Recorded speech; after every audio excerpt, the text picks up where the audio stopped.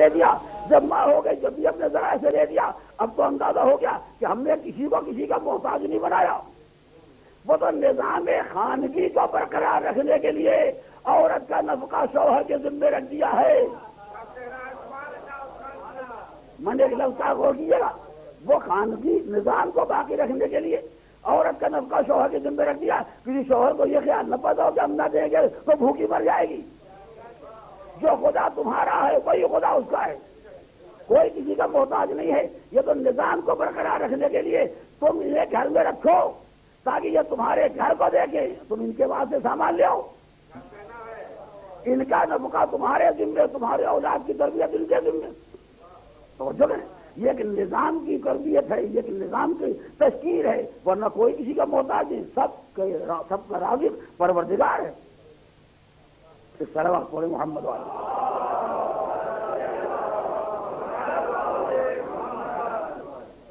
بات طویل نہ ہو جائے، لیکن ذکر آ گیا ہے کہ یہ موضوع ہی مکمل کر دیا جائے تاکہ کل دوسری باتیں گزارش کی جائیں۔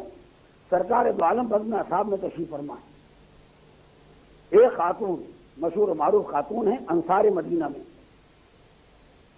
آئی بزم پیغمبر میں، اور آنے کے بعد کہا یا رسول اللہ مجھے آپ سے کچھ باتیں کرنا ہے، آپ کے دین کے بارے میں، آپ کے نظام کے بارے میں، آپ کے اسلام کے بارے میں، آپ کے قانون کے بارے میں۔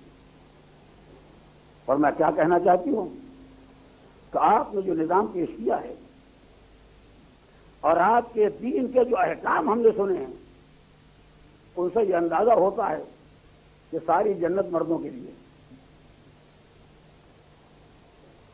ساری جنت احاطہ ہو گئی، وقف ہو گئی ہے مردوں کے واسطے، ہم غریب عورتوں کا کوئی حصہ ہی نہیں۔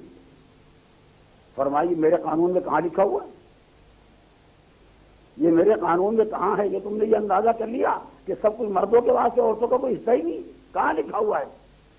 اس نے کہا یا رسول اللہ آپ فرماتے ہیں کہ پروردگار عالم نے جنت کو تلواروں کے سائے میں رکھا ہے، جنت تحت ظلال السیوف، تلواروں کے سائے میں ہے، اور ہم کو جہاد سے محروم کر دیا۔ اس کا مطلب یہ ہے کہ مرد میدان میں جائیں گے، جہاد کریں گے، جنت لے لیں گے، ہم خالی گھر میں بیٹھے رہ جائیں گے۔ آپ نے فرمایا کہ خانے خدا تک جانے میں پروردگار عالم انسان کو جنت دیتا ہے۔ ہم کو یہ بتا دیا کہ جب واجب ہو جائے تو ایک دفعہ جا کے حج کر لینا، اس کے بعد اپنے گھر کو دیکھو۔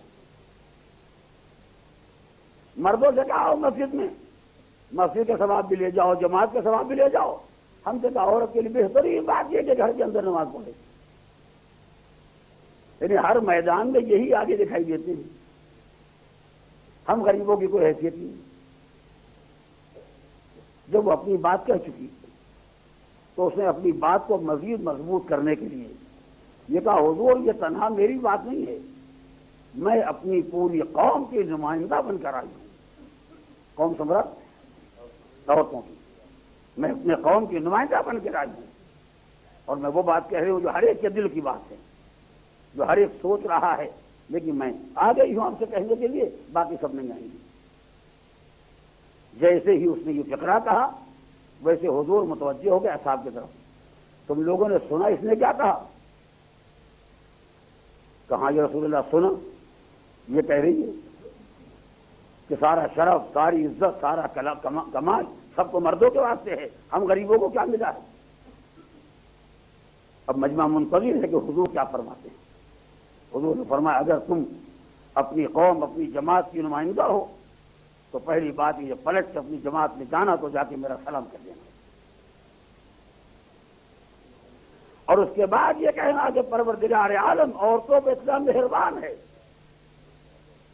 کہ مردوں کو میدان میں بھیج دیا جان دینے کے لیے، مردوں کو مکے مدینے بھیج دیا حج و عمرہ کے لیے، زیارت کے واسطے، کار خیر کے لیے، مردوں کو گھروں سے نکال کے رات کے سناٹے میں، دن کی دھوپ میں گھروں سے نکال کے مسجد تک پہنچا دیا، جاؤ وہاں جا کے نماز پڑھو۔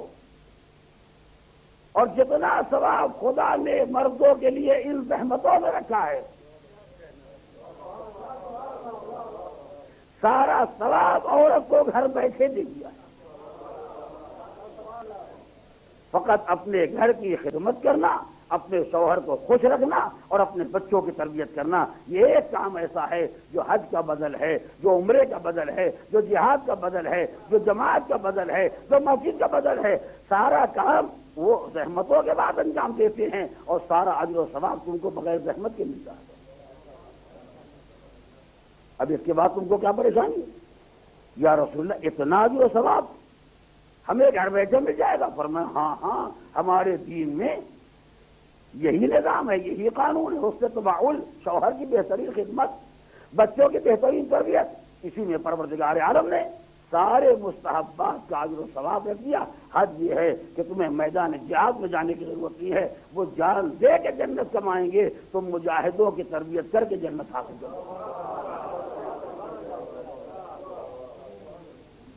کہیں سے مالک نے کسی شرف سے محروم نہیں رکھا۔ اس بات کو میں آج یہیں پہ چھوڑ دیتا ہوں اور کل اس روایت کے بارے میں کچھ باتیں اور گزارش کروں گا تاکہ ان خصوصیات کو ہم محسوس کر سکیں۔